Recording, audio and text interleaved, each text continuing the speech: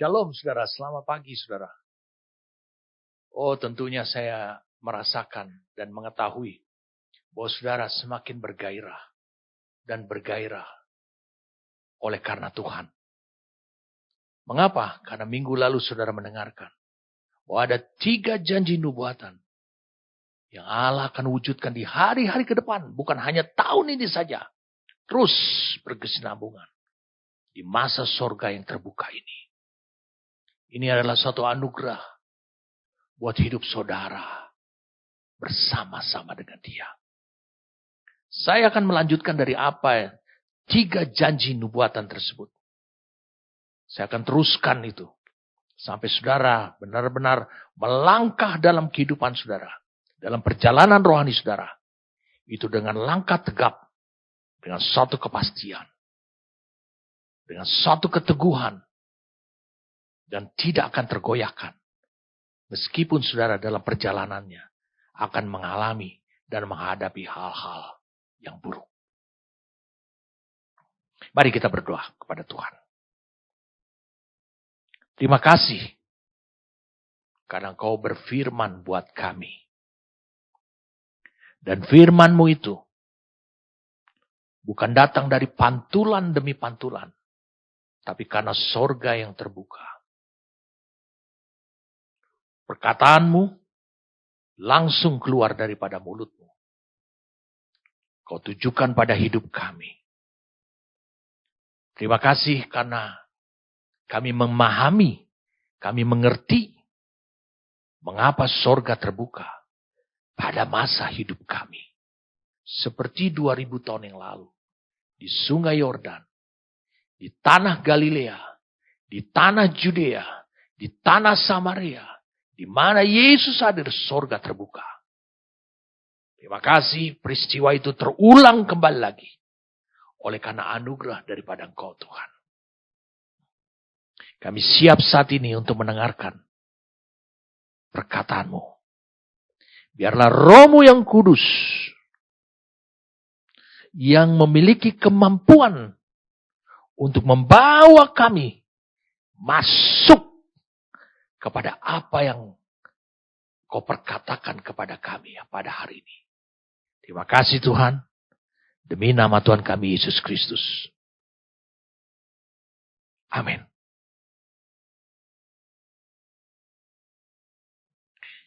Saya akan lanjutkan dari apa yang saya sudah sampaikan minggu lalu. Mari kita buka sekarang. Yohanes 6 ayat 23 sampai ayat 30. Seharusnya kita membaca Yohanes 6 seluruhnya, tapi terlalu banyak. Waktu kita habis hanya untuk mendengarkan cerita. Saudara bisa membacanya di rumah. Yohanes 6 ayat 1 sampai ayat ke berakhir. Ini penting buat saudara, untuk supaya saudara mengerti latar belakang, kronologis daripada mengapa Yesus mengucapkan demikian dan mengapa orang banyak mengatakan demikian. Yohanes 6 ayat 22 sampai ayat 30. Pada keesokan harinya orang banyak yang masih tinggal di seberang melihat bahwa di situ tidak ada perahu selain daripada yang satu tadi. Dan bahwa Yesus tidak turut naik ke perahu itu bersama-sama dengan murid-muridnya. Dan bahwa murid-muridnya saja yang berangkat. Tapi sementara itu, beberapa perahu lain datang dari Tiberias, dekat ke tempat mereka makan roti. Terjadinya mujizat. Sesudah Tuhan mengucapkan syukur atasnya. Ketika orang banyak melihat bahwa Yesus tidak ada di situ dan murid-muridnya juga tidak, mereka naik ke perahu itu, lalu berangkat ke Kapernaum untuk mencari Yesus. Ketika orang banyak menemukan Yesus di seberang laut itu, mereka berkata kepadanya, "Rabi, bila mana engkau tiba di sini?" Yesus menjawab mereka, "Aku berkata kepadamu, sesungguhnya kamu mencari aku, bukan karena kamu telah melihat tanda-tanda, melainkan karena kamu telah makan roti itu dan kamu kenyang." Hanya kepuasan jasmani. Bekerjalah bukan untuk makanan yang akan dapat binasa, melainkan untuk makanan yang bertahan sampai kepada hidup yang kekal, yang akan diberikan anak manusia kepadamu. Sebab dialah yang disahkan oleh Bapa, Allah dengan meterainya. Ayat 28. Ini yang harus lahir dari dalam batin saudara. Lalu kata mereka kepada, apakah yang harus kami perbuat supaya kami mengerjakan pekerjaan yang dikehendaki Allah? Jawab Yesus. Saya ulangi sekali lagi. Jawab Yesus. Dikatakan di sini adalah, apakah yang inilah pekerjaan yang dikehendaki Allah, yaitu hendaklah kamu percaya kepada Dia yang telah diutus Allah. Dan ayat 30-nya, maka kata mereka kepadanya, tanda apakah yang kau perbuat, supaya dapat kami melihatnya dan percaya kepadamu. Pekerjaan apakah yang engkau lakukan?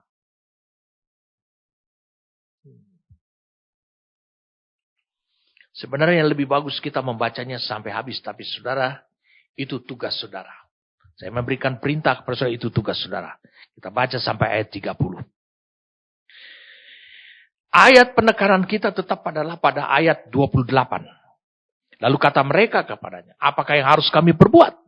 Kami mengerjakan pekerjaan yang dikehendaki Allah. Supaya kami mengerjakan pekerjaan yang dikehendaki Allah. Jawab Yesus. Dengan sederhana. Inilah pekerjaan yang dikehendaki Allah. Inilah pekerjaannya Allah. Hanya Allah yang sanggup mampu melakukan ini. Yaitu hendaklah kamu percaya kepada Dia yang telah diutus oleh Allah. Tidak mudah untuk percaya kepada Yesus. Tidak mudah untuk percaya kepada apa yang Dia kerjakannya Dia. Hanya Allah yang sanggup membuat saudara bertobat. Percaya. Dan menerima anugerah keselamatan. Hanya Allah. Lewat Roh-Nya yang kudus. Lewat firman-Nya. Itulah sebabnya Yesus menegaskan. Percaya. Percayalah akan Dia. Bahwa Dia diutus oleh Allah. Dan satu kalimat. Saudara bisa lihat di sini. Satu kalimat di ayat 27-nya. Di ayat 27-nya. Bekerjalah bukan untuk makanan yang akan dapat binasa. Ayat 26-nya. Yesus menjawab, aku berkata kepadamu, sesungguhnya kamu mencari aku, bukan karena kamu telah melihat tanda-tanda. Sudah lihat pada tayangannya ayatnya. Karena kau telah melihat dan menemukan tanda-tanda Mesias. Engkau telah melihat tanda-tanda Sang Kapten. Tapi karena kau puas dengan berkat jasmani.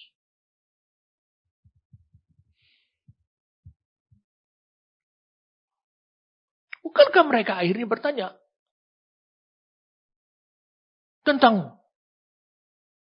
apa itu pekerjaan Allah? Yesus menegaskan dengan kalimat menurut Alkitab saya. Gak mudah mempercayai aku nih seorang tukang kayu dari Nazaret bahwa aku adalah Mesias. Tidak mudah percaya. Tidak mudah engkau percaya. Itu adalah pekerjaannya Allah. Dan Yesus menunjukkan kepada orang banyak. Aku melakukan mujizat. Memberi makan 5.000 laki-laki. Dari 5 roti dan 2 ekor ikan. Tidakkah engkau tahu? Mujizat seperti itu. Tidakkah engkau mengerti? Bahwa mujizat seperti itu. Hanya Mesias. Yang diutus oleh Allah. Yang sanggup melakukannya.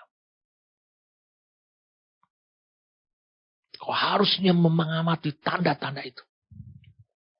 Lalu mereka minta tanda lagi yang lain. Tanda apakah yang kau perbuat?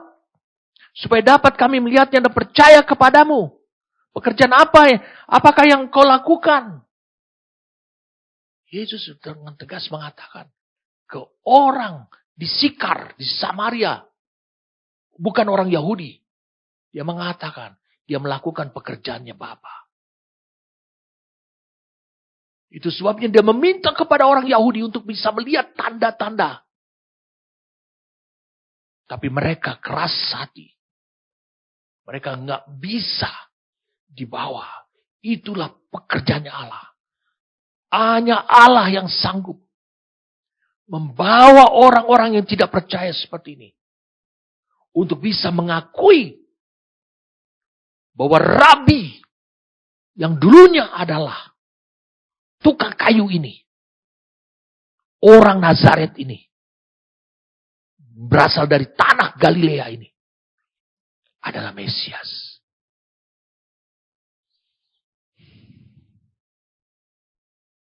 Saudara bisa menemukan di sini.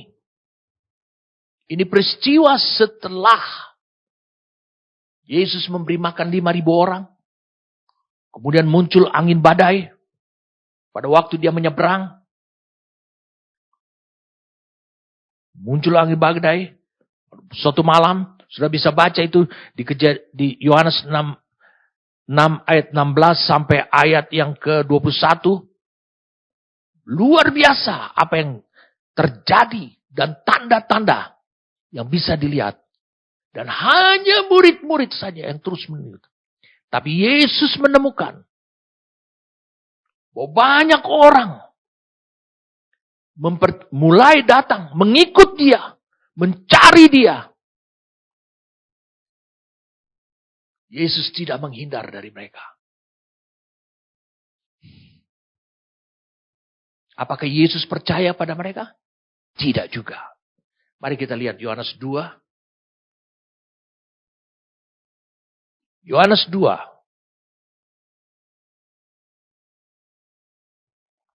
Ayat 23.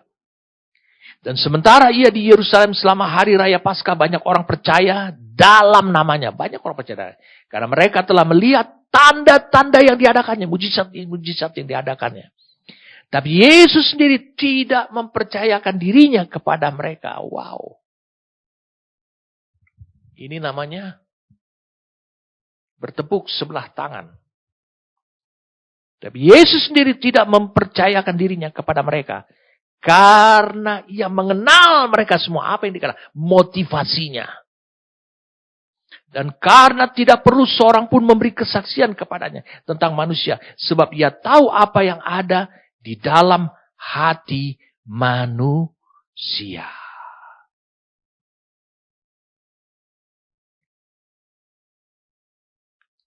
Apa yang ada di dalam hati manusia? Dia tahu. Saya ingin mengajari saudara. Dari 3 janji nubuatan. Yang menyangkut pekerjaannya Allah. Saudara bisa menemukan di sini. Orang-orang ini tidak mengalami perubahan. Mereka berbondong-bondong terus mencari Yesus.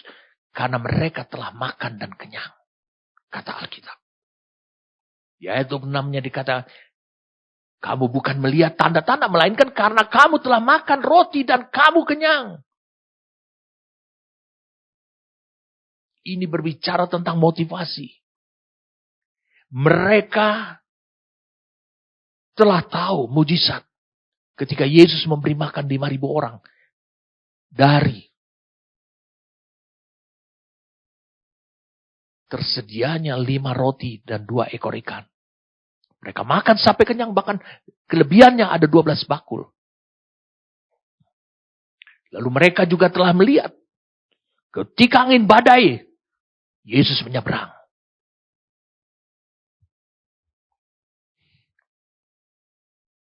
Lalu kemudian apa? Yesus berjalan dulu.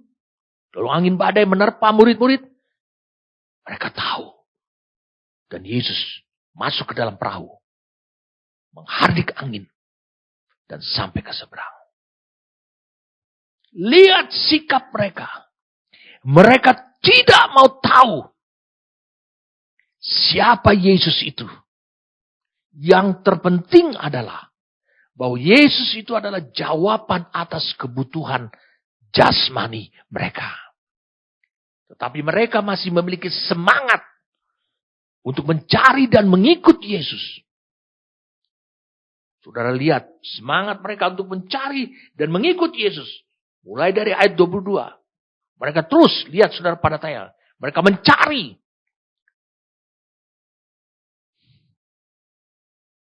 Mereka bersemangat.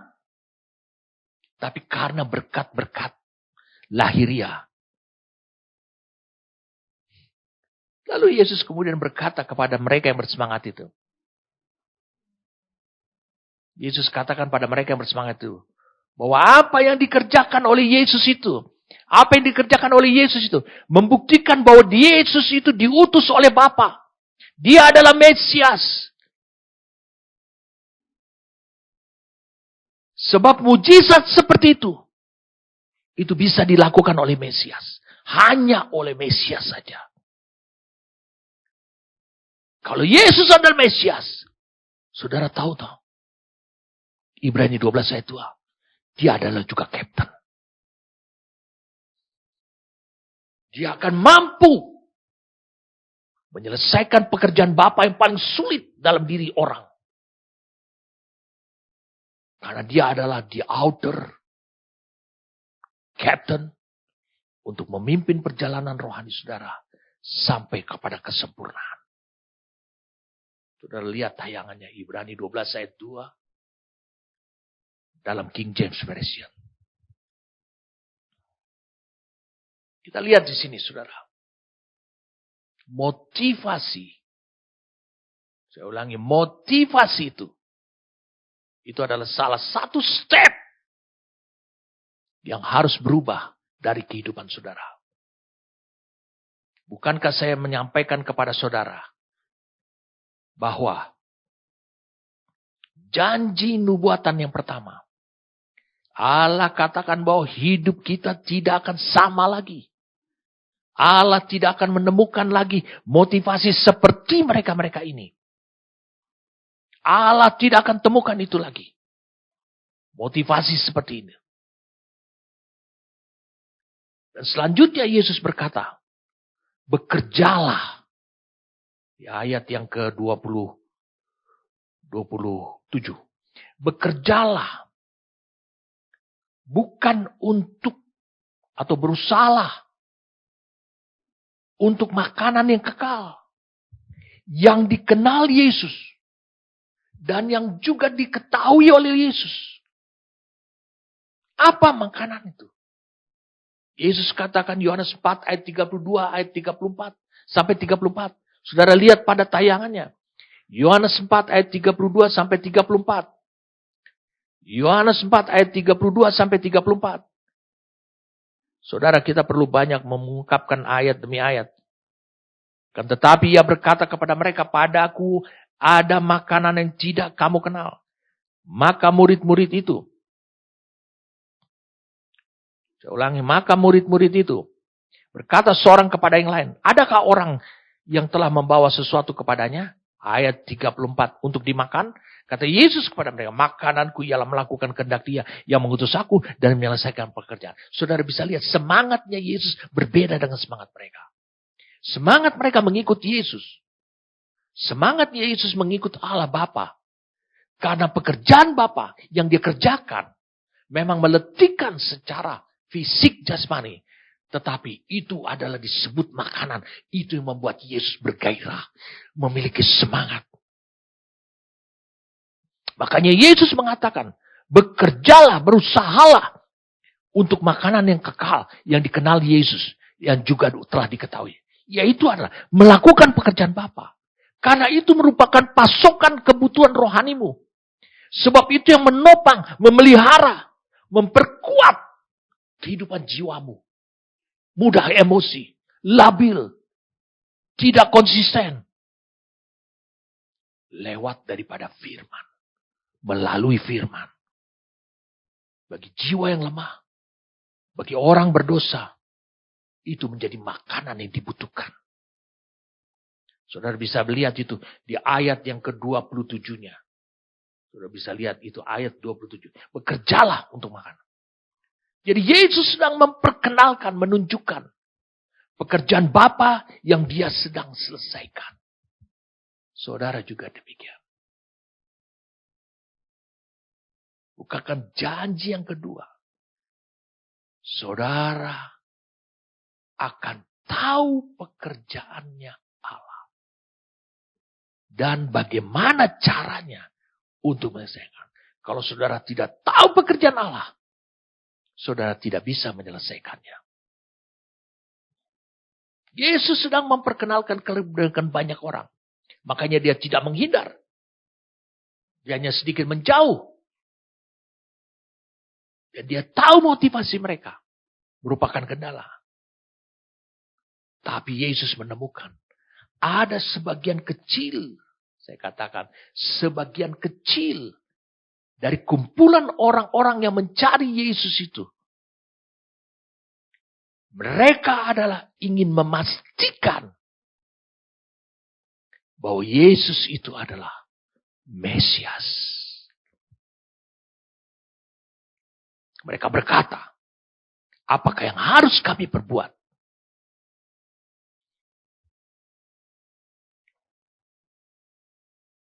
Supaya kami bisa mengerjakan pekerjaan yang dikehendaki Allah. Mereka bertanya. Seolah-olah mereka bertanya, bagaimana kami bisa tahu pekerjaan Bapa? Lewat dirimu itu. Dan bisa juga mengerjakan. Dan akhirnya bisa kami mengerjakan. Kalau kami sudah tahu, kami bisa mengerjakan. Seperti yang dikerjakan oleh Yesus. Saudara bisa menemukan. Dari mulut Yesus, percakapan itu terus berlangsung. Itu membawa pergeseran, pemahaman dari kelompok yang banyak, yang bermotivasi. Saya ulang, kelompok yang banyak, yang bermotivasi. Adalah berkat-berkat lahiriah. Sekarang mereka ingin mendapatkan, ingin mengetahui pekerjaan Bapa. Seperti yang dikerjakan oleh Yesus. Mulai terjadi pergeseran. Pemahaman. Pengenalan akan Tuhan. Mereka telah melihat apa yang dikerjakan Yesus adalah pekerjaan yang hanya Allah yang sanggup melakukannya. Lalu Yesus cepat menjawab kepada kelompok yang lebih kecil ini. Yesus tegaskan, jawab mereka.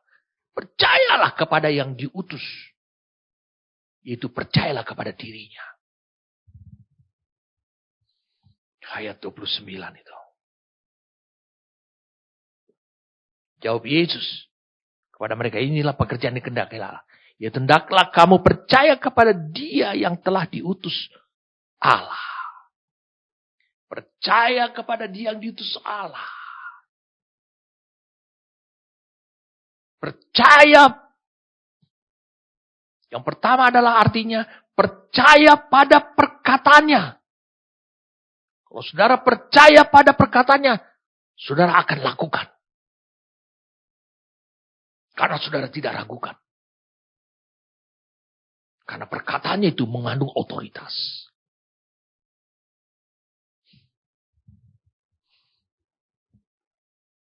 Ayat 29 ini luar biasa.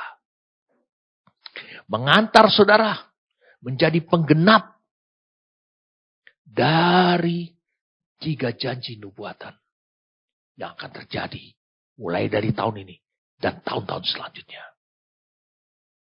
Percaya pada perkataannya. Percaya kepada yang diutus. Atau pada Yesus. Artinya percaya pada perkataannya.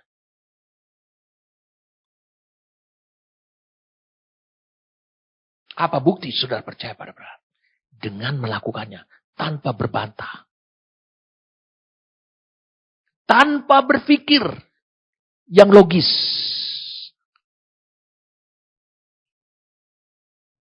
tingkat kepercayaan saudara mengenai Kristus sebagai Tuhan itu sedang diuji dari hari ke hari. Kisah Para Rasul 2. Petrus dengan lantang mengatakan, Yesus yang kau salibkan, mati, kau bunuh, kau dibangkitkan Allah, naik ke surga. Yesus yang itu, Allah telah menjadikannya dia. Yesus orang Nazaret tersebut, Allah telah menjadikan dia Kristus, Tuhan dan Kristus. Kalau engkau percaya bahwa dia yang diutus oleh Allah, berarti engkau juga percaya pada perkataannya dengan melakukannya, dengan mentaatinya. Tingkat kepercayaanmu sekarang sedang diuji, saudaraku.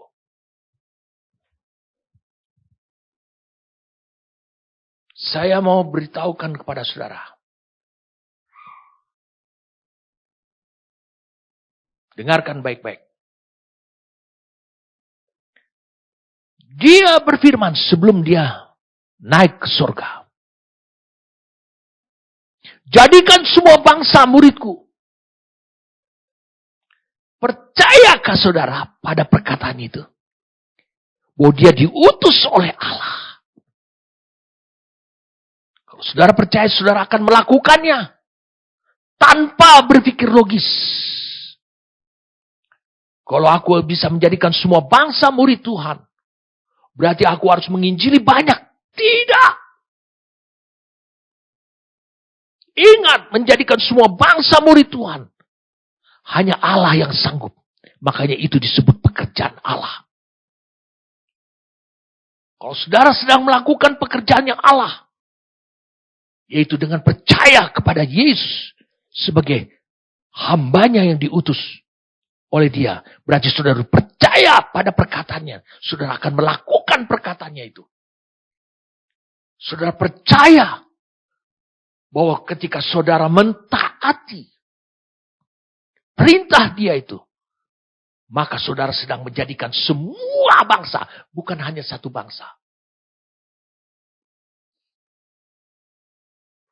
Bukan hanya satu provinsi. Allah tahu pekerjaan Allah hanya bisa diselesaikan dengan kemampuan Allah. Tapi mengapa dia menyuruh gerejanya, menyuruh saudara untuk melakukannya? Untuk menggenapkan apa yang Yesus katakan. Kau percaya kepada dia yang diutus dengan mentaati perkataannya. Yesus mengatakan kamu adalah terang dunia. Bukan hanya terang bagi orang lain. Percayakah saudara pada kalimat ini? Tanpa engkau berpikir, ini gak logis. Saya hanya bisa menjadi terang bagi keluarga saya saja. Itu yang sering saya dengarkan ucapannya. Itu yang sering orang lain bagikan. Yang kita harus menjadi terang. Betul, memang benar. Tapi percayakah engkau memiliki kapasitas untuk bisa menerangi dunia sekaligus?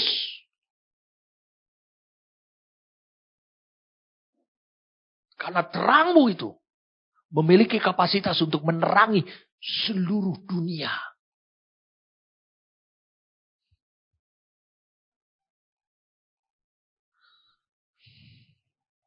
Allah mencari orang-orang yang taat tanpa tedeng aling-aling. Tanpa pamrih. Tanpa berpikir secara logis. Dengan logikanya. Percaya pada perkataan Yesus. Tidak perlu saudara masuk kepada dunia psikologis. Kalau engkau menginjili seseorang. Orang dari bangsa lain. Engkau harus melihat dia sebagai sebuah bangsa. Lalu engkau menginjili dia.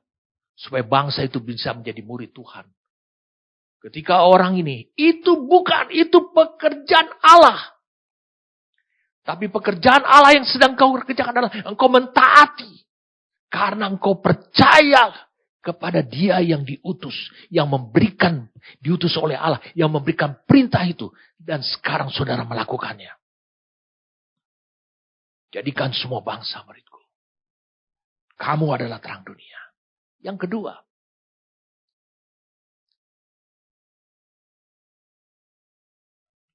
hendaklah kamu percaya kepada dia yang telah diutus Allah. Yang kedua, artinya percaya pada Bapa yang mengutusnya. Bahwa itu diutus sama Bapa. Dengan mendengar dan mentaati Bapa lewat Kristus. Lewat anak manusia ini. Apakah saudara percaya bahwa gembala di gereja saudara itu diutus oleh Bapa? Kalau engkau percaya, engkau tentu sedang mendengar instruksi dia dan mentaati dia.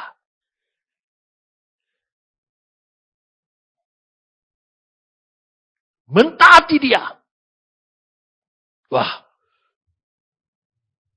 ini kayaknya mulai aneh-aneh nih gembala saya. Mulai saudara berpikir, dia mulai membebankan saya untuk bikin catatan khotbah. Wah, ini membebankan kan. Dan banyak orang berdalih. Kita kan punya kehendak bebas. Bisa menolak, bisa. Silakan saudara. Tidak ada yang melarangnya. Tapi ingat, kehendak bebas saudara. Saudara salah menggunakannya. Keluar daripada hukum-hukum Allah. Maka saudara akan memiliki konsekuensi. Saya mau beritahu pada saudaraku. Dan saya akan bukakan rahasianya.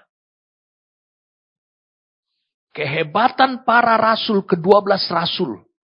Di abad pertama. Mencapai seluruh dunia. Adalah karena mereka percaya. Bahwa Yesus itu diutus Bapa.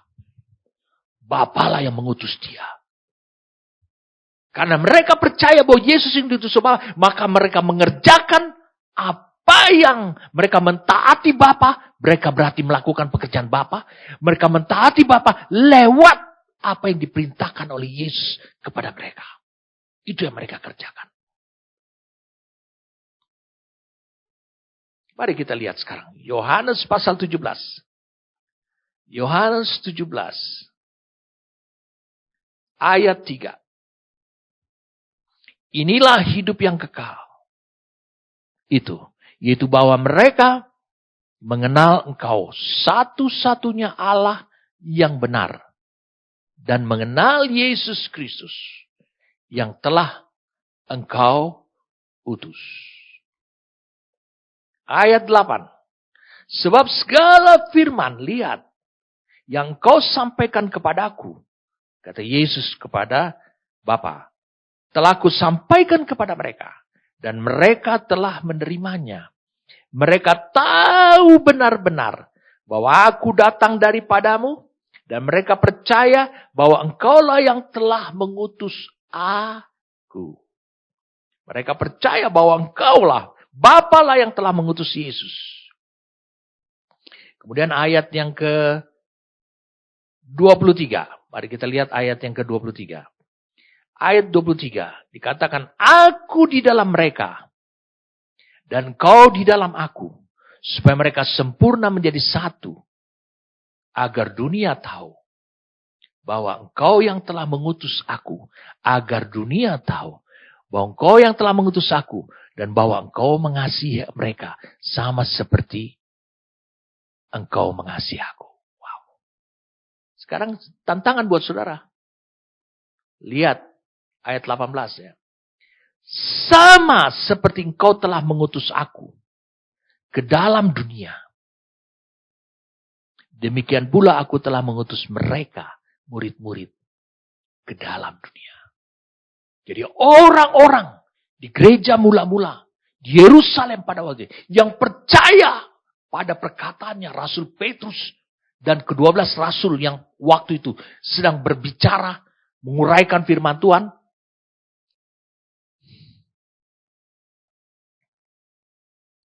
mereka juga menikmati keselamatan, menikmati akhirnya pencurahan Roh Kudus, dan mereka juga dibawa dalam sebuah perjalanan rohani yang tidak akan pernah gagal.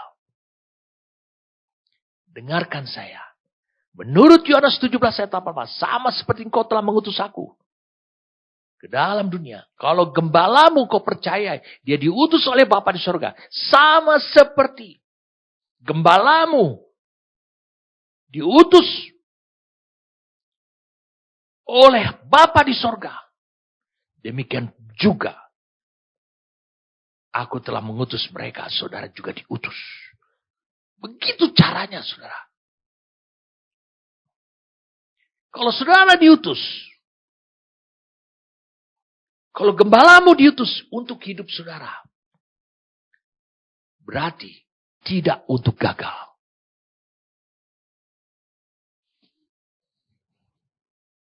Wah, itu yang kedua. Yang ketiga, mengerjakan pekerjaan yang sama yang dilakukan oleh Yesus. Dan bahkan Yesus sendiri menubuatkan mereka akan mengerjakan pekerjaan yang lebih besar daripada itu. Yohanes 14. Yohanes 14. Mari kita lihat sama-sama. Ayat 12.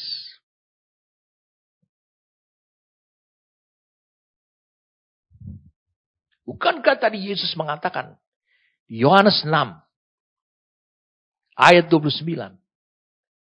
Ketika mereka bertanya, bagaimana kami bisa tahu pekerjaan Bapa? Ya engkau harus percaya kepada Dia yang diutus. Percaya kepada Dia yang diutus oleh Bapa. Saudara lihat ayatnya. Lalu kemudian Yesus di Yohanes 14 ayat 12 mengatakan kepada muridnya, aku berkata kepada sesungguhnya barang siapa percaya kepadaku, dia yang diutus Bapa. Ia akan melakukan juga pekerjaan-pekerjaan yang aku lakukan. Yaitu pekerjaannya Bapa. Bahkan pekerjaan-pekerjaan yang lebih besar daripada itu. Sebab aku pergi kepada Bapa. Luar biasa.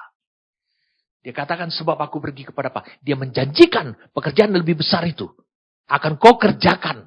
Kau selesaikan. Tidak akan pernah kau gagal.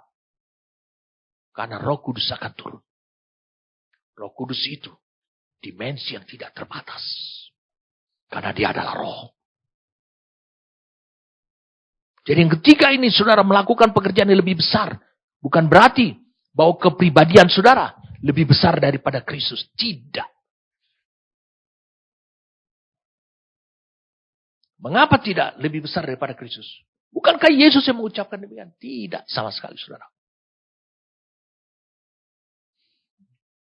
Sebab Allah, saya ulangi, sebab Allah mengatakan bahwa tidak ada nama lain. Allah sangat meninggikan Yesus. Filipi 2 ayat 9. Itulah sebabnya Allah sangat meninggikan dia. Dan mengaruniakan kepadanya nama di atas segala nama. Supaya dalam nama Yesus bertekuk lutut segala yang ada di langit dan yang ada di atas bumi dan yang ada di bawah bumi dan segala lidah mengaku bahwa Yesus Kristus adalah Tuhan bagi kemuliaan Allah Bapa. Yesus tidak menjanjikan bahwa engkau akan memiliki kepribadian yang lebih besar daripada dirinya. Tidak sama sekali, saudara. Yesus tidak menjanjikan hal seperti itu.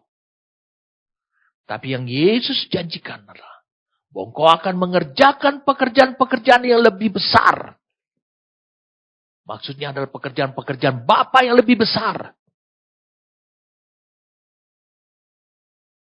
Daripada apa yang kau lihat. Henokh dan Elia tidak mengalami kematian jasmani. Tetapi dia langsung terangkat ke surga. Dengarkan baik-baik kata-kata saya. Henokh dan Elia tidaklah lebih besar daripada Yesus anak Allah. Tidak lebih besar. Dalam sebuah penampakan di bukit.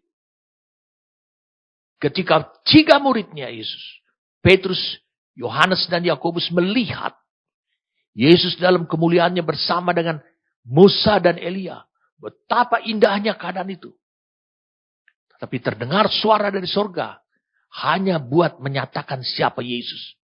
Dialah anakku yang kukasih. Kepadanya aku berkata. Yesus tetap lebih besar daripada Elia. Meskipun Elia tidak mengalami kematian jasmani. Yesus lebih besar daripada siapa? Henokh. Sebab di kitab Yudas. Henokh bernubuat tentang Yesus yang datang dengan beribu-ribu. Sebagai raja.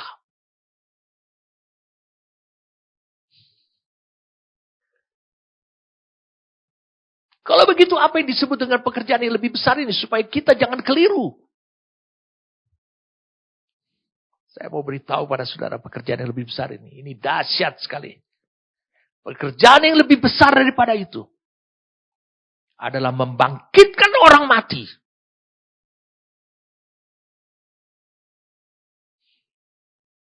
Ini bukan berbicara tentang orang mati jasmani saja.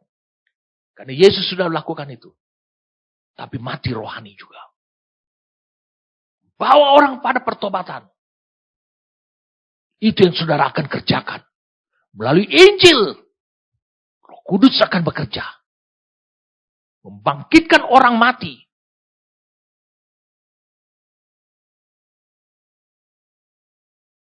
Membangkitkan orang mati. Yaitu mati jasmani dan rohani. Lalu yang kedua, pekerjaan yang lebih besar adalah menghakimi dunia dan malaikat.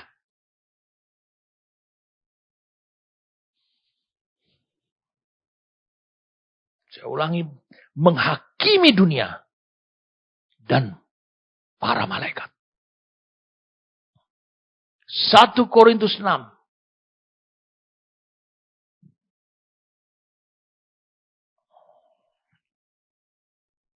Ayat 3. Tidak tahukah kamu, ini Paulus mengatakan, bahwa kita akan menghakimi malaikat-malaikat.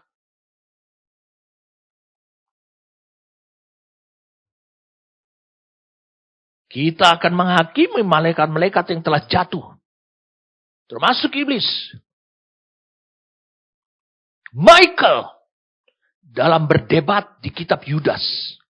Saudara bisa lihat ayat yang tayangannya. Dia mengatakan bahwa penghakiman itu adalah milik Tuhan. Dia bilang gini, kiranya Tuhan menghardik engkau. Saudara lihat ayatnya. Di kitab Yudas. Berarti penghakiman itu milik Tuhan. Hanya Tuhan saja yang mampu mengerjakan penghakiman kepada para malaikat, termasuk kepada iblis. Karena iblis dulunya adalah malaikatnya Tuhan. Tapi Alkitab berkata, di 1 Korintus 6 ayat 3, tidak tahukah kamu bahwa kita akan menghakimi malaikat-malaikat? Jadi apalagi perkara yang biasa dalam hidup kita sehari-hari. Perubahan hidup saudara yang dikerjakan oleh Allah akan menempatkan saudara pada satu kemampuan, pada satu kehormatan, pada satu kelayakan, saudara akan bisa menghakimi, menjatuhkan vonis. Yaitu gerejanya menjatuhkan vonis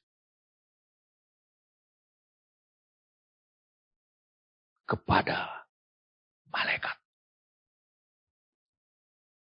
Michael, penghulu besar, hanya berkata kiranya Tuhan. Dia taunya Michael bahwa hanya Tuhan saja yang punya otoritas itu. Pekerjaan Allah menghakimi malaikat. sekarang akan dikerjakan oleh manusia. Luar biasa manusia itu. Yohanes 12.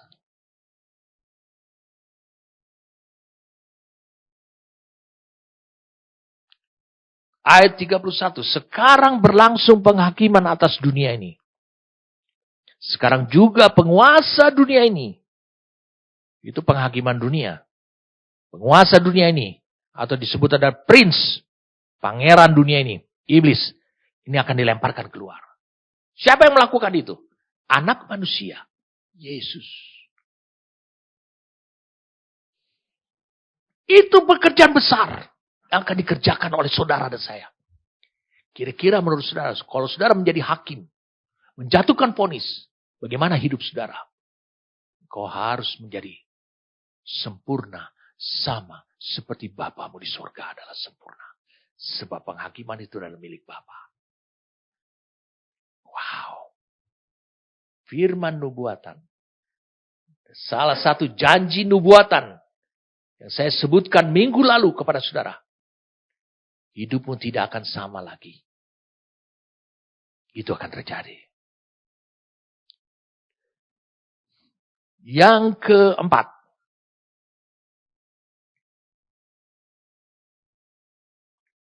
Pekerjaan-pekerjaan. Jadi kalau engkau percaya bahwa kau harus percaya dari ayat yang ke-29 ini. Kau harus percaya kata Yesus. Yohanes 6 ayat 29 ini.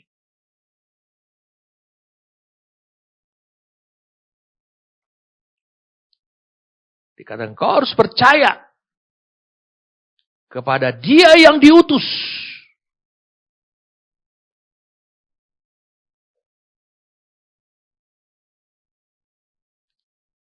Diutus oleh Bapa. Kalau kau percaya pada Yesus yang diutus oleh Bapa. Kalau kau percaya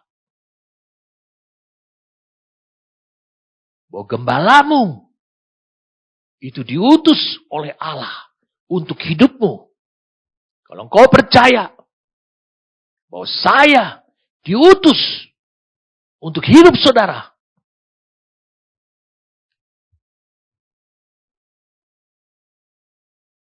Kalau engkau percaya itu, maka engkau akan bisa mengerjakan pekerjaan-pekerjaan di luar kemampuan manusiamu. Dengan kata lain, engkau membutuhkan kemampuan supranatural. Dan itu akan terjadi pada hidup saudara. Sama seperti Yesus. Mereka melihat mujizat yang dilakukan Yesus. Hal-hal supranatural. Karena apa? Mereka ingin sama seperti Yesus. Mereka ingin tahu apa itu pekerjaan Allah. Percayalah kepada Dia yang diutus. Supaya engkau juga bisa mengerjakan pekerjaan di luar kemampuan manusiamu. Hanya Allah yang sanggup mengerjakan itu. Tapi sekarang kau bisa mengerjakannya. Bagaimana caranya Allah memampukan saudara untuk bisa mengerjakan? Dia berikan kepada saudara kasih karunia-Nya. Wah, ini luar biasa saudara. Saya semakin bergairah. Kalau begitu kesimpulannya apa?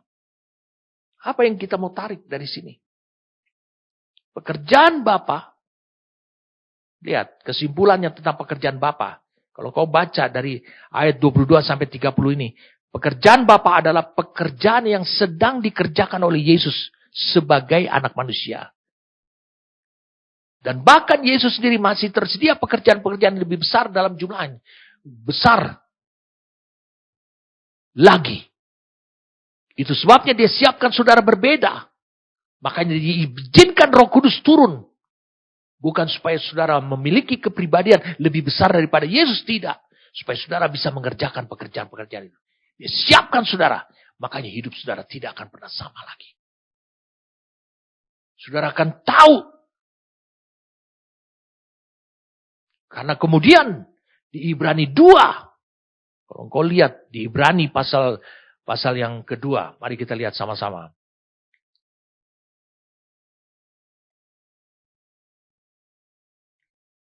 Ibrani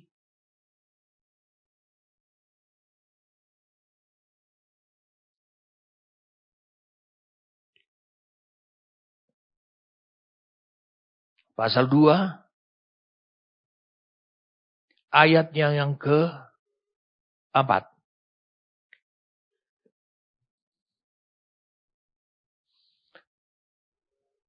Allah meneguhkan kesaksian mereka. Mereka dibilang gitu.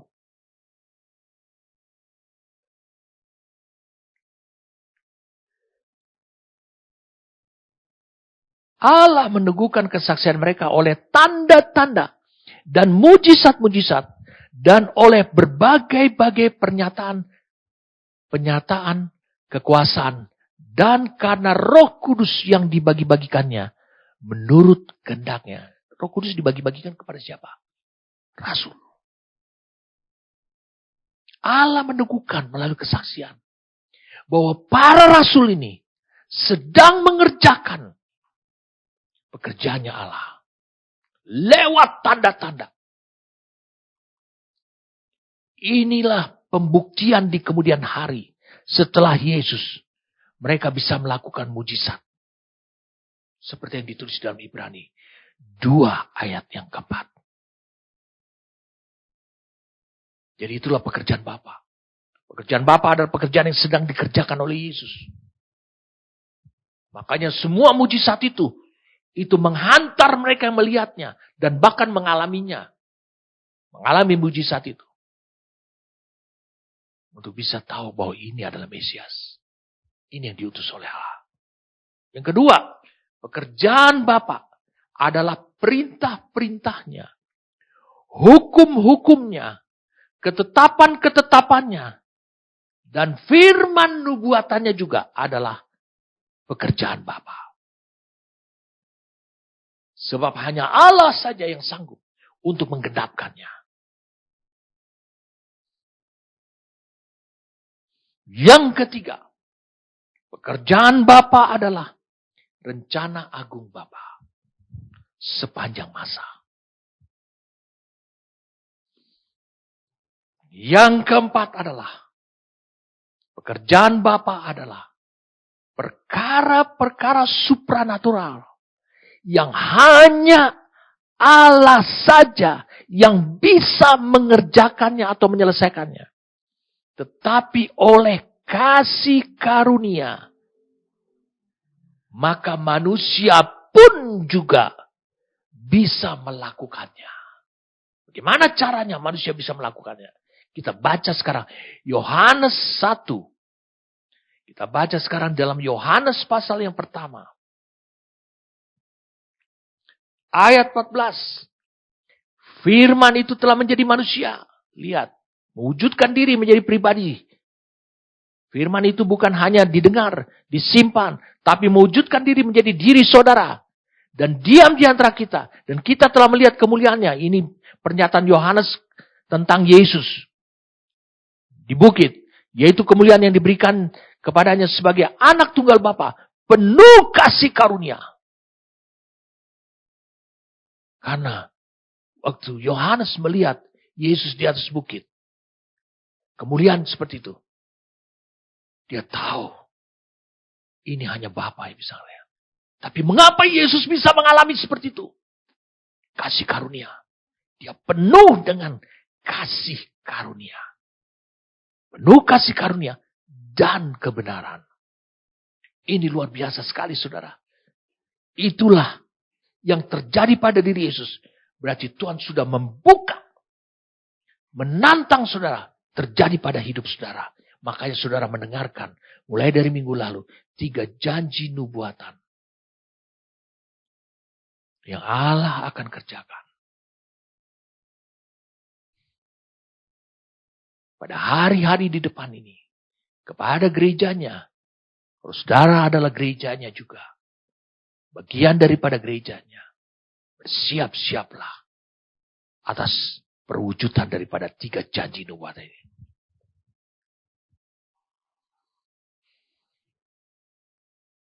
Itu sebabnya kita perlu tahu pekerjaan Bapa itu.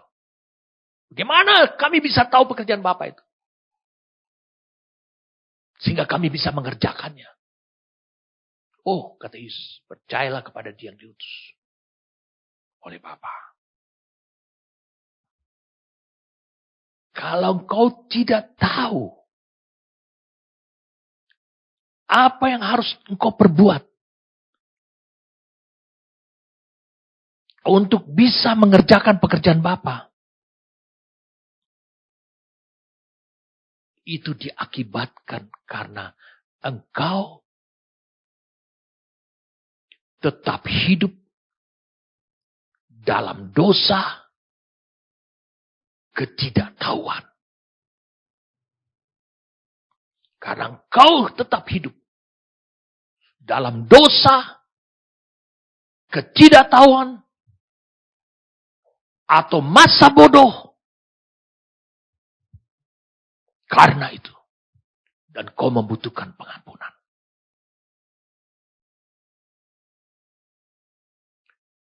Lukas 23. Saya mengajak saudara untuk melihat Lukas 23.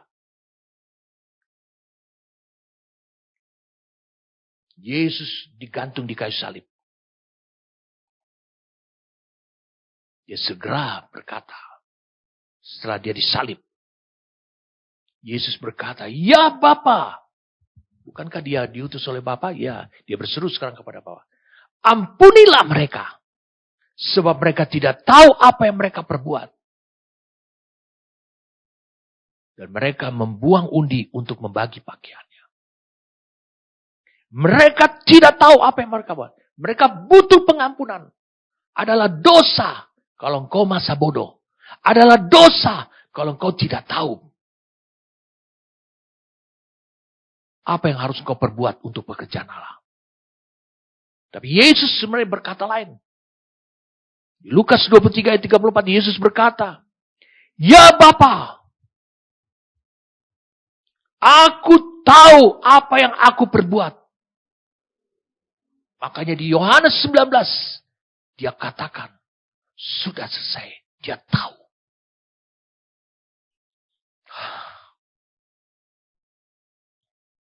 Jangan saudara menghindar. Saya tidak tahu pekerjaan Tuhan. Simple pekerjaan Tuhan. Firman yang mendatangi saudara berasal daripada orang yang diutus oleh Tuhan kepada hidup saudara. Saudara taati, saudara sedang melakukan pekerjaan. Saudara tahu itu pekerjaan adalah mentaatinya. Yesus tahu semua pekerjaan Bapa yang harus dikerjakannya. Dan dia kerjakannya itu oleh kasih karunia.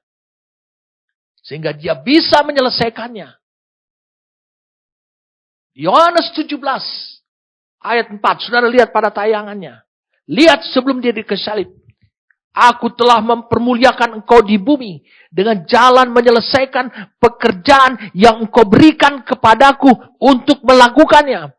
Aku telah mempermuliakan kau dengan jalan menyelesaikan pekerjaan yang kau berikan kepadaku.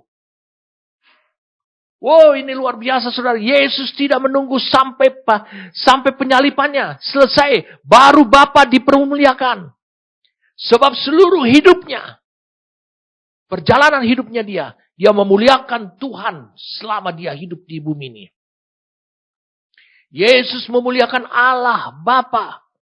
Sepanjang hidupnya, mulai dari saat dia bayi. Ketika dia disunat pada hari ke-8. Dipersembahkan kepada Tuhan di bait suci di Yerusalem. Saudara bisa baca itu, lihat pada tayangan. Lukas 2 ayat 21 sampai 23. Apa yang dilakukan orang tuanya.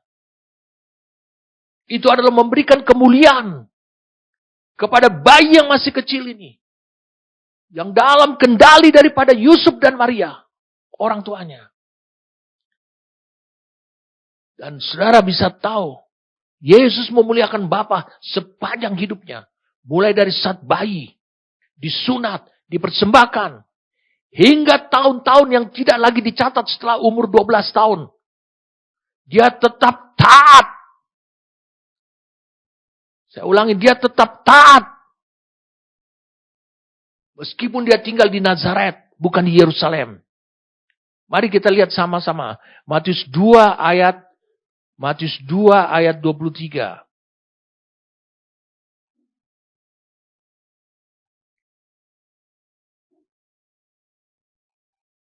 Setibanya di sana, ia pun tinggal di sebuah kota yang bernama Nazaret. Hal itu terjadi supaya genaplah firman yang disampaikan oleh nabi-nabi, bahwa ia akan disebut orang Nazaret. Meskipun bapaknya yang membawanya, mamanya yang membawanya, Maria yang membawanya. Tapi lihat, ketaatan itu selalu seiring dalam perjalanan hidupnya Yesus. Kita lihat sekarang Matius pasal yang ke-13.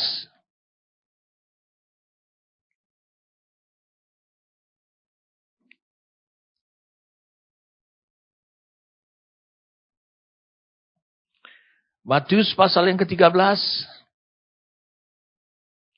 Ayat yang ke-55. Bukankah ia ini anak tukang kayu? Wow. Bukankah ibunya bernama Maria dan saudara-saudaranya Yakobus, Yusuf, Simon, dan Yudas? Ini terjadi di mana? Di Nazaret. Lihat, Yesus menunjukkan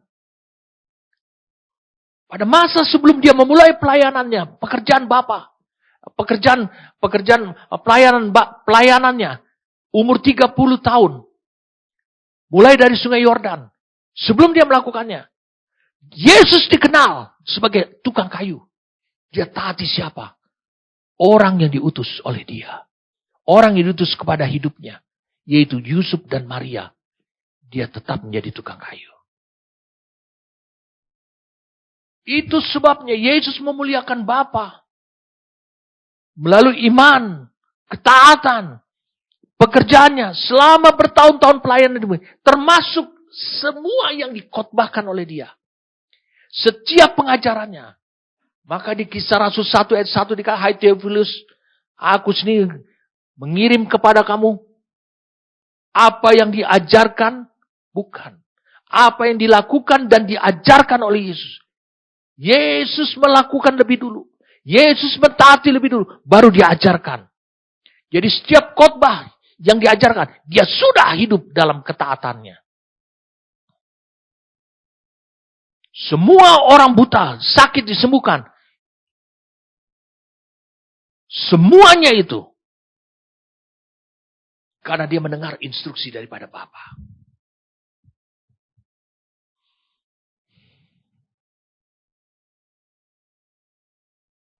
Dia memuliakan Bapa melalui apa yang dia lakukan, melalui khotbahnya, melalui kesembuhan, membangkitkan orang mati, menjawab pertanyaan-pertanyaan, mengkonfrontasi, menentang para pemimpin agama pada waktu itu, orang Farisi yang korup dan jahat. Semuanya itu adalah pekerjaan Bapa. Dia kerjakan. Risikonya dia nyaris beberapa kali mau dibunuh. Jadi Yesus memiliki keyakinan ilahi dan kepastian. Dia melihat pekerjaan di kayu salib itu sudah selesai. Makanya di Yohanes 17 ayat 4 dikatakan, "Bapa, aku telah mempermuliakan kau." Dia tahu bahwa kehendak Bapa itu adalah dia harus pergi ke salib. Itu menjadi makanan juga bagi dia. Dia tahu.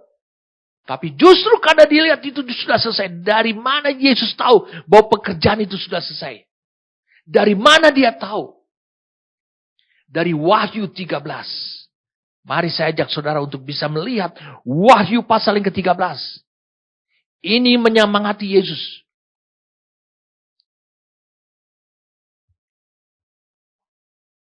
Perhatikan baik-baik. Dan semua orang yang diam di atas bumi akan menyembahnya.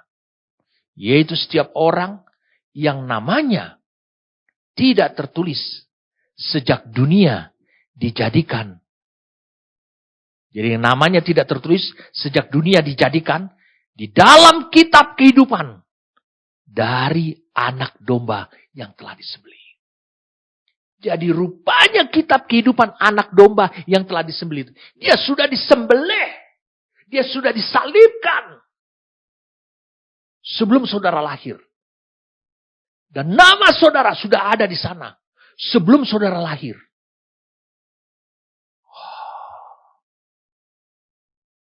Jadi sebelum dia menuju ke kayu salib, dia sudah tahu, dia sudah menyelesaikan pekerjaan itu. Karena sudah ada kitab kehidupan anak domba yang telah disembelih. Saudara mengerti apa yang saya maksudkan? Ini menyemangati Yesus. Membawa ketetapan hati kepadanya. Mengapa sekarang aku baru lakukan ini? Padahal itu sudah terjadi. Itu sudah digenapi. Sekarang dia harus memanifestasikannya di dunia ini. Dia harus tunjukkan kepada iblis. Bahwa dia berketetapan hati. Dengan apa yang sudah tertulis. Anak domba yang disembelih. Sebelum dunia dijadikan. Itu terwujud. Padahal itu sudah terjadi. Jadi ada suatu kepastian. Ini menyemangati Yesus. Untuk melakukan pekerjaannya Bapa. Ini menjadi kekuatannya Yesus. Sekarang aku harus lakukan. Yesus tidak gentar.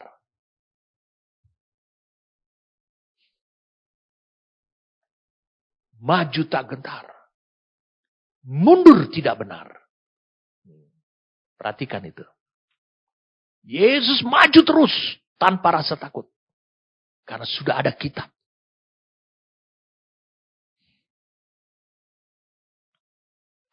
Yesus mengetahui bahwa sudah ada tertulis. Sudah ada pengakuan bahwa dia telah menyelesaikan tugasnya. Dan membawa kemuliaan Bapa. Dan sekarang dia proses. Sehingga dia tidak takut sedikit pun juga. Dia tahu bagaimana akhirnya.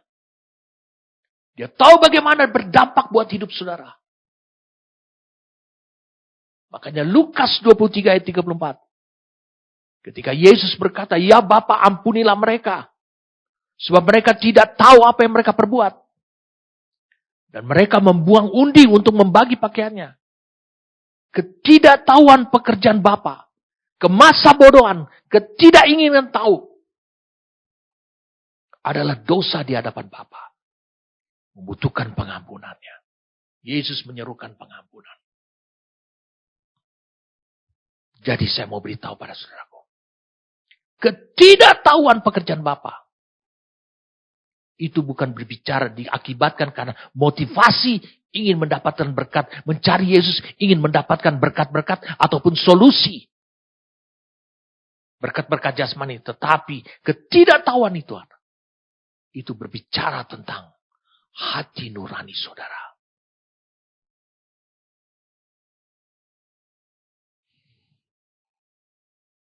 Hati nurani saudara. Yang tidak murni. Yang tidak tersedia.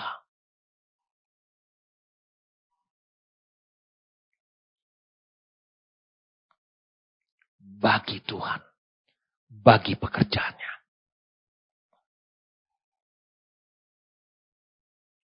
Para pemimpin Yahudi. Pada masa itu. Sampai pencurahan Roh Kudus. Juga. Tidak tahu rencana Tuhan dan pekerjaan Tuhan. Sudah bisa baca itu di Kisah Rasul 3. Kisah Rasul 3. Ayat 17. Hai saudara-saudara, aku tahu bahwa kamu telah berbuat demikian. Karena ketidaktahuan sama seperti semua pemimpin kamu. Dampaknya. Dengarkan saya, dampaknya. Kalau seorang pemimpin tidak tahu pekerjaan Tuhan. Dampaknya. Tidak tahu bahwa apa yang mereka perbuat itu bukan pekerjaan Tuhan. Dampaknya akan terjadi pada jemaatnya.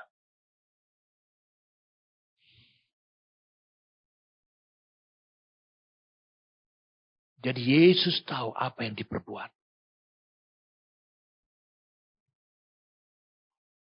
Apa yang sedang dia perbuat. Yesus tahu. Sehingga kemudian. Saya suka sekali untuk membaca ayat ini. Mari saudara baca. Saya senang sekali membaca ayat ini.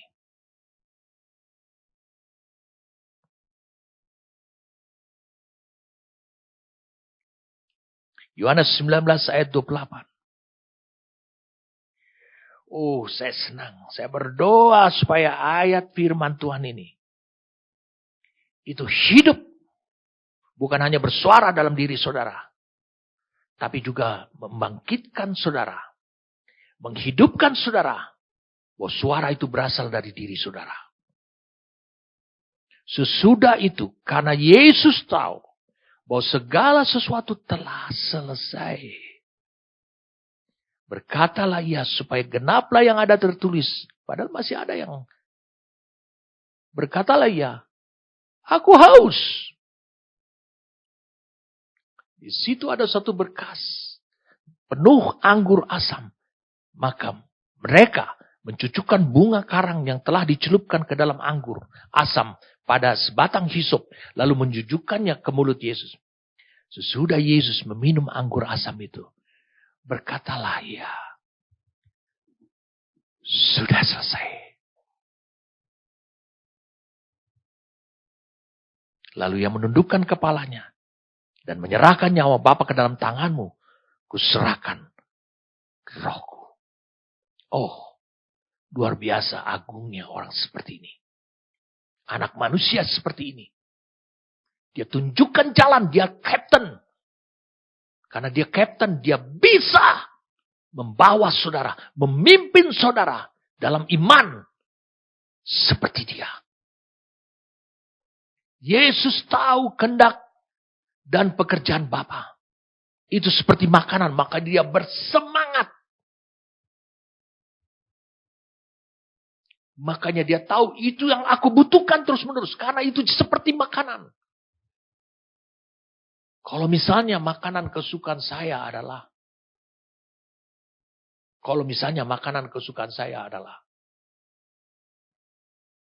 sayur tauco dengan daging sapi disuir-suir. Wow, itu kesukaan saya. Kalau saya tahu makanan itu jadi makanan saya yang disajikan, yang selalu tersedia buat saya, tentu saya akan semangat untuk makan, nafsu untuk makan.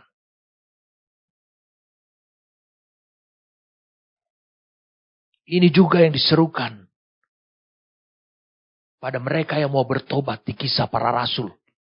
Ketika mereka mau dibaptis saat pencurahan Roh Kudus.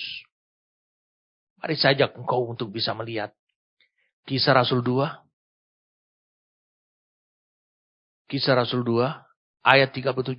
Ketika mereka mendengar hal itu, hati mereka sangat terharu. Lalu mereka bertanya kepada Petrus dan rasul-rasul yang lain, apakah yang harus kami perbuat, saudara-saudara?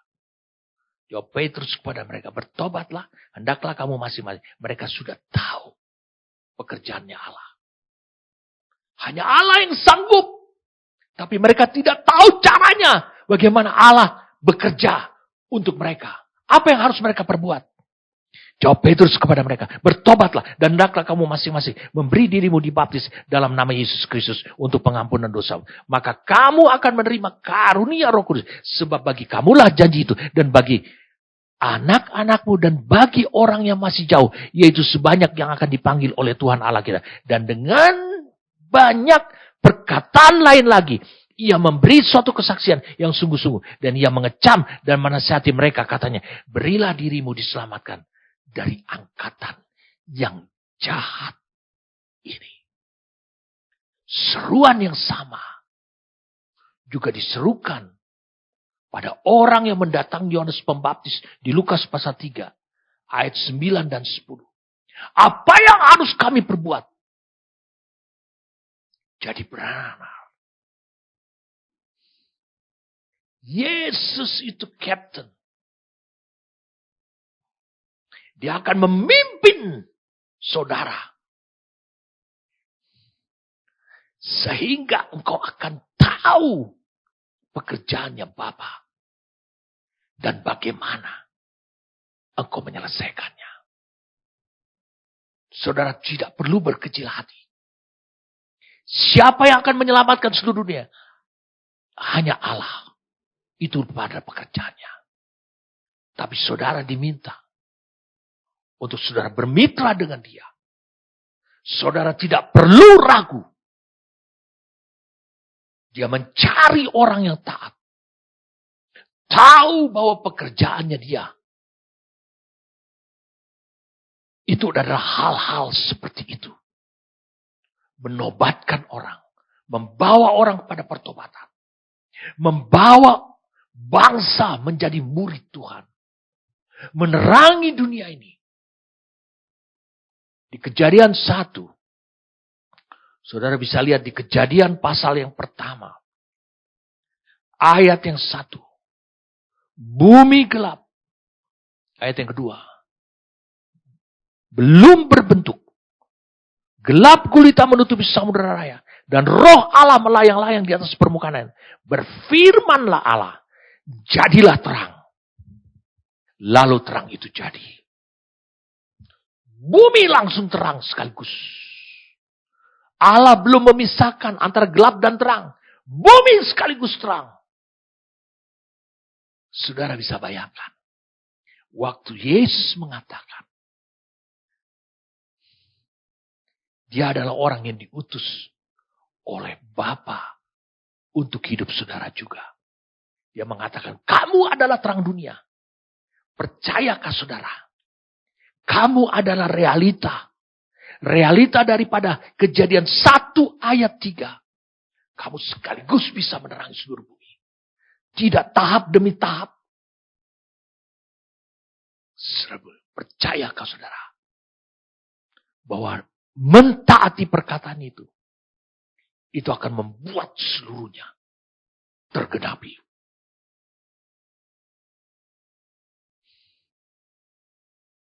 Biarlah seruan ini kembali lagi muncul dari dalam batin.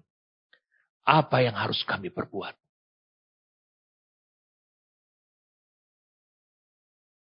Untuk melakukan pekerjaan Bapa. Sekarang saudara melangkah kepada titik lanjutnya. Kami akan berbuat dalam ketaatan. Saya ulangi. Kami akan melakukan dalam ketaatan. Apa yang keluar daripada orang yang diutus oleh Bapa untuk hidupku. Saya ulangi sekali lagi. Kami akan berbuat. Saya akan melakukan ini. Saya akan berbuat ini. Atas perkataannya. Orang yang diutus. Bapa di surga. Untuk hidupku. Dia mungkin adalah Bapa rohaniku. Gembalaku. Papa Jonathan. Papa Joni. Aku akan melakukannya. Dalam ketaatan. Allah ingin kau berada pada titik itu.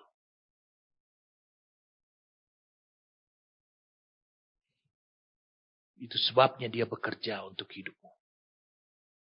Dan dia tidak akan buat engkau gagal. Amin.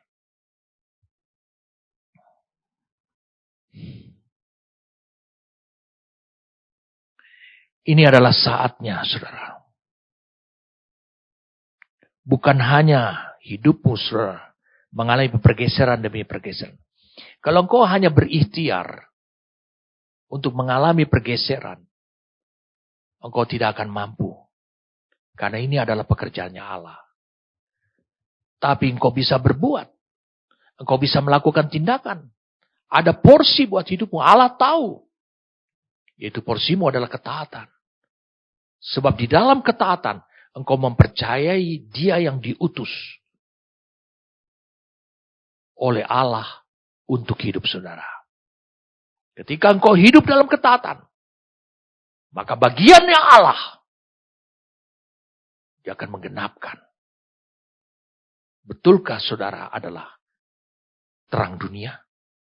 Ketika saudara sebagai terang dunia mentaatinya, maka Allah akan menggenapkan itu. Mewujudkan itu. Ini akan terjadi pada hidup saudara.